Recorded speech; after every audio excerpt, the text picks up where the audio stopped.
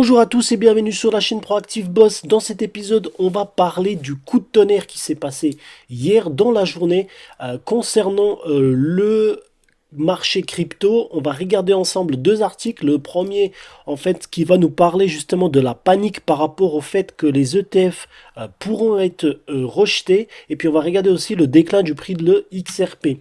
Mais avant toute chose, si c'est votre première fois sur cette chaîne YouTube, n'hésitez pas à vous abonner, n'hésitez pas à cliquer sur la petite cloche pour avoir des notifications lorsque les vidéos sortent. Abonnez-vous et likez, commentez les vidéos bien évidemment, ça me fait extrêmement plaisir de partager avec vous. On est presque à 250 abonnés. On est en train de décoller et c'est vraiment une superbe nouvelle, en tout cas pour la chaîne YouTube. Donc continuez s'il vous plaît à vous abonner, ça me ferait extrêmement plaisir. L'objectif d'ici fin janvier au moins d'atteindre les 300-350 personnes, ça me fera extrêmement plaisir et ça me motivera de continuer à faire ces vidéos. Alors avant toute chose, je tiens à souligner que ce contenu est purement informatif et divertissant. Je ne suis pas un conseiller financier professionnel. Consultez des professionnels avant de prendre des décisions financières. Votre responsabilité individuelle est engagée. Alors, qu'est-ce qui s'est réellement passé hier? Panique à bord, les rats quittent le navire. C'est un petit peu pessimiste ce que je dis, mais voilà. Regardez ce qui s'est passé hier. Tout le marché est dans le rouge. Un crash pas possible qui se passe auprès de toutes les crypto-monnaies. On le voit et ça peut être hyper inquiétant. Donc, du coup, qu'est-ce qui s'est passé réellement? En fait, il y a eu des rumeurs comme quoi les ETF Bitcoin Spot et les ETF Ethereum vont être rejetés par la SEC. Et donc, automatiquement, boum, on a eu ce crash qui a été provoqué par ce marché pessimiste. Et notamment, en fait, on le voit aussi avec l'XRP. Alors, donc du coup, quand on regarde bien le graphique, on le voit hier à 9 heures. Donc ça a commencé à 9 heures du matin et ça a explosé, le prix il est baissé, et donc tout le monde est sorti. 0,47 centimes de dollars pour l'XRP. Quand on regarde d'autres prix comme le Bitcoin par exemple, on le voit ici, on était carrément au support de 40 000 dollars. Donc on voit vraiment qu'une nouvelle, que ce soit bonne ou mauvaise, elle peut influencer rapidement le marché. Et on le voit, ce flash crash finalement qui est immense et qui a fait perdre de la valeur à l'XRP, qui a fait perdre de la valeur à quasiment toutes les crypto-monnaies, hein. On voit aussi avec l'Ether, avec le TH, la même chose. Donc on voit, on est ici à 10h55 et boum, arrivé 13h10, on est tous dans le rouge, il y a une perte immense. Le marché jusqu'à présent était hyper optimiste et là d'un coup, le marché perd toute sa valeur. Donc une baisse sur les derniers 24 heures, 4,64% pour le Bitcoin, 5,76% pour l'Ethereum, Solana qui est à moins 8%, XRP à moins 8%, donc c'est vraiment une catastrophe quand on regarde bien. On est au moins à peu près entre 8 et 10% sur l'ensemble du crypto-marché. Une correction qui est immense, surtout qu'on était vraiment parti sur quelque chose de hyper positif quand on regarde bien. En tout cas pour l'XRP, on était en train de casser cette petite résistance ici et puis chercher la résistance oblique. Et là, tout d'un coup, tout s'écroule. Voilà, ces news-là, elles peuvent être très très euh, porteuses de mauvaises nouvelles. Voilà. Les crypto-paniques face à un rapport pardon, prédisant que les ETF Bitcoin seront rejetés. Donc ça a été fait le 4 janvier ce matin, donc à 5 heures du matin, cet article-là. Donc alors, qu'est-ce qu'il nous dit cet article? Investing.com, le Bitcoin s'est écroulé mercredi, perdant à un moment de la journée près de 12% par rapport au pic de la veille, le marché crypto ayant pris de panique à la suite d'un rapport prédisant que les ETF Bitcoin Spot seront finalement rejetés par la SEC. Ces déclarations qui émanaient d'une note de Matrix Sport ont en effet envoyé une onde de choc, sachant que l'anticipation du lancement des ETF Bitcoin Spot aux États-Unis était le principal facteur à l'origine de la hausse du marché ces dernières semaines. D'un point de vue politique, il n'y a aucune raison d'approuver un ETF Spot Bitcoin qui légitimerait le Bitcoin en tant que réserve de valeur alternative peut-on lire dans le rapport.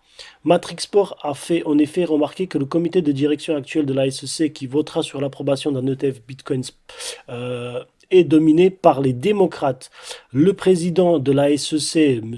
Gensler, n'est pas favorable aux crypto-monnaies aux États-Unis et il serait même très hasardeux de s'attendre à ce qu'il vote pour approuver les ETF Bitcoin Spot. Peut-on ainsi lire dans le rapport rédigé par un responsable de la recherche, Marcus Thielen.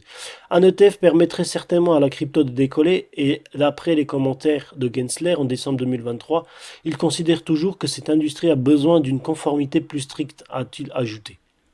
Le rapport précise également que toutes les demandes ne satisfont pas à une exigence essentielle qui doit être remplie avant que la SEC ne donne son approbation, soulignant que cette condition pourrait être remplie d'ici le deuxième trimestre 2024, mais nous attendrons à ce que la SEC rejette toutes les propositions en janvier. En ce qui concerne l'impact sur le marché, le Matrixport a écrit que nous pourrions voir les prix du Bitcoin baisser de 20% très rapidement et retomber dans la fourchette des 36-38 000 dollars et prévoit qu'un refus de la SEC pourrait déclencher des liquidations en cascade et que la plupart des 5,1 milliards de dollars de contrats à terme perpétuel sur le Bitcoin pourraient se dénouer. Dans son propre post sur X, Yan Wu, cofondateur de Matrixport, a quant à lui déclaré, comme prévu, ce récent rapport a été préparé pour les clients de Matrixport. Cependant, sa diffusion à grande échelle par les médias n'a pas été planifiée par Matrixport et échappe à notre contrôle. Oui, ouais, excusez-moi de avoir posté le truc qui est censé être vu par tout le monde. Voilà, des vieilles excuses. Les analystes opèrent indépendamment, blablabla. C'est du grand n'importe quoi. C'est du grand n'importe quoi. Voilà, comment créer une panique? On ne sait pas. On fait de la spéculation, on crée une panique. Franchement, je suis. En fait, c'est de la spéculation. En soi, ça reste de la spéculation.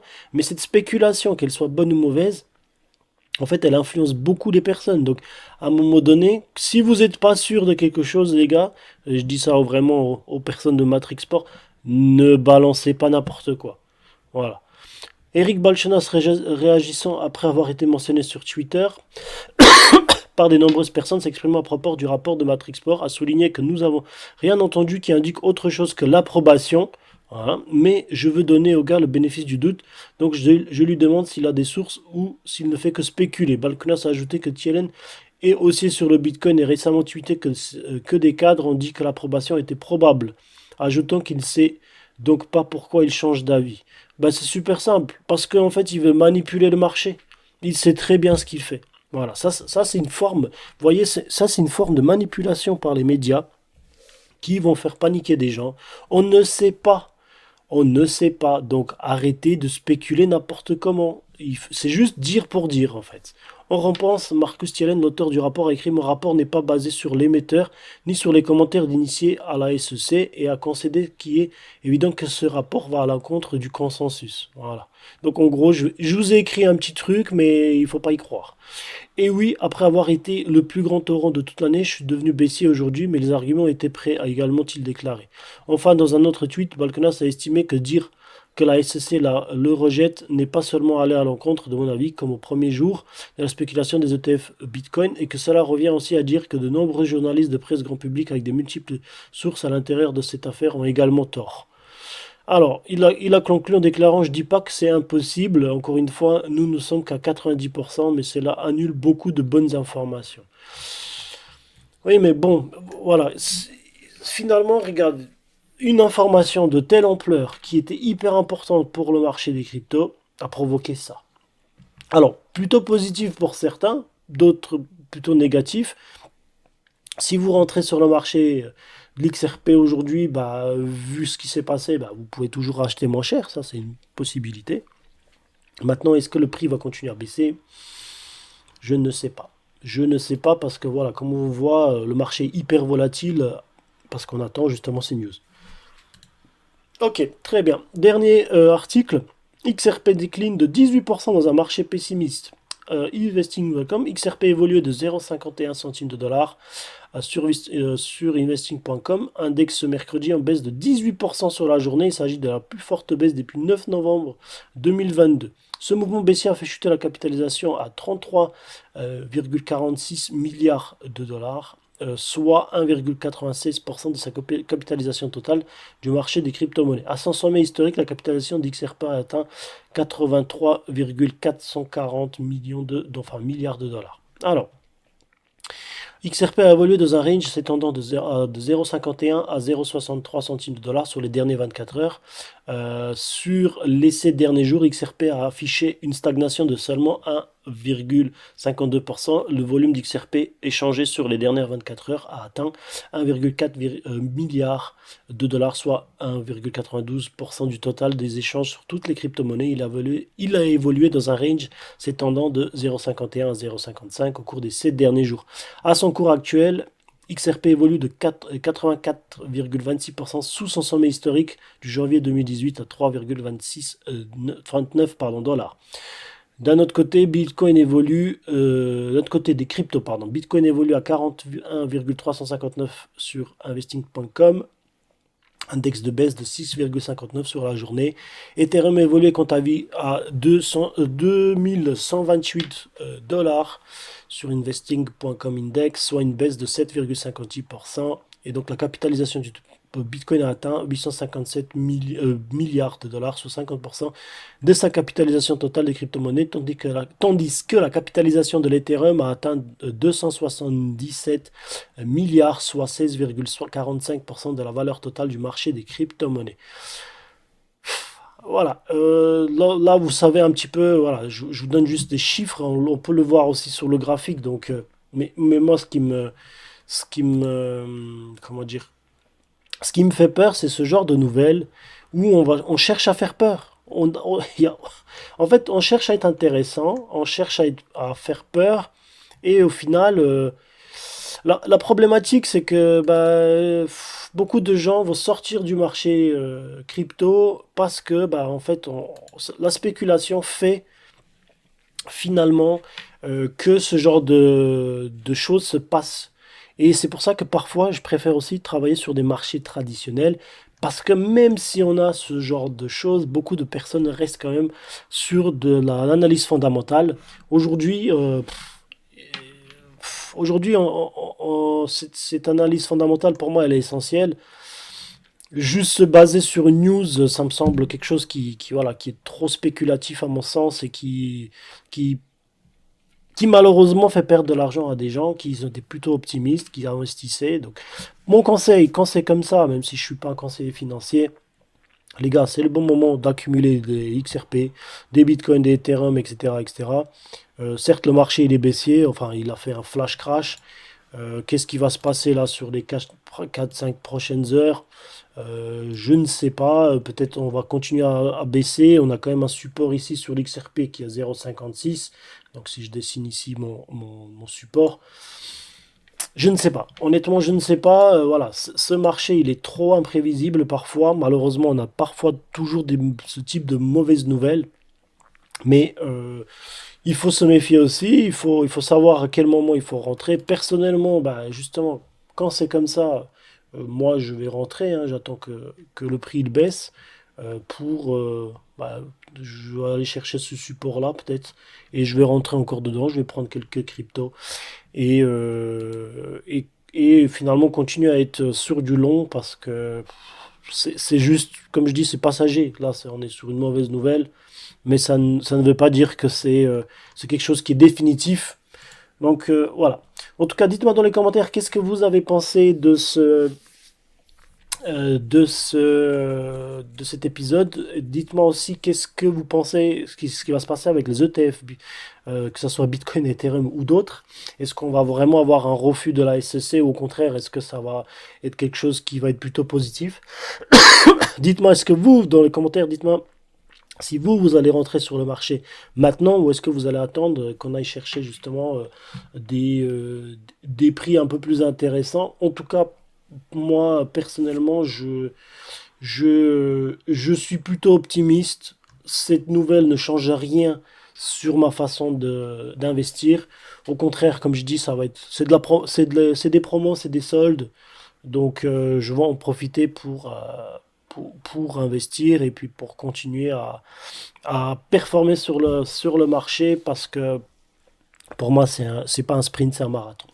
Merci beaucoup de l'avoir écouté cet épisode et puis on se retrouve très bientôt. Alors juste une petite annonce, hier j'ai regardé un super bon film qui s'appelle Bitcount, qui est qui est un film sur Netflix que vous pouvez retrouver sur Netflix. Alors, je vais vous montrer rapidement. Non, je vais pas vous montrer rapidement parce que je suis connecté sur. J'ai pas envie. J'ai envie de garder quand même mon anonymat. Vous pouvez regarder. Donc, ça s'écrit Bitcoin. Ça s'écrit comme ça. Hop. En fait, c'est une histoire. Voilà, c'est ce film-là. C'est une histoire des jeunes qui ont créé une société de crypto-monnaie de cartes, finalement de cartes de crédit, et qui ont essayé de scammer, donc de voler des investisseurs. Donc un super bon documentaire. Je vous envoie donc vers ce documentaire. Je vais essayer de vous mettre un lien directement dans la description pour que vous puissiez le regarder parce que c'est vraiment un film qui est excellent. Il est super bien édité. Moi, j'adore ce genre de documentaire, vraiment très sympa. Il y a un protagoniste qui devient méchant, etc., etc. Mais bref, j'ai pas envie de vous spoiler le truc. En tout cas, c'est un super bon film. Donc, n'hésitez pas à aller le voir. Comme je vous ai dit, je vous laisserai le lien dans la description. C'est excellent. Donc, voilà. En tout cas, merci beaucoup pour cet épisode. On se retrouve très bientôt. Bye bye.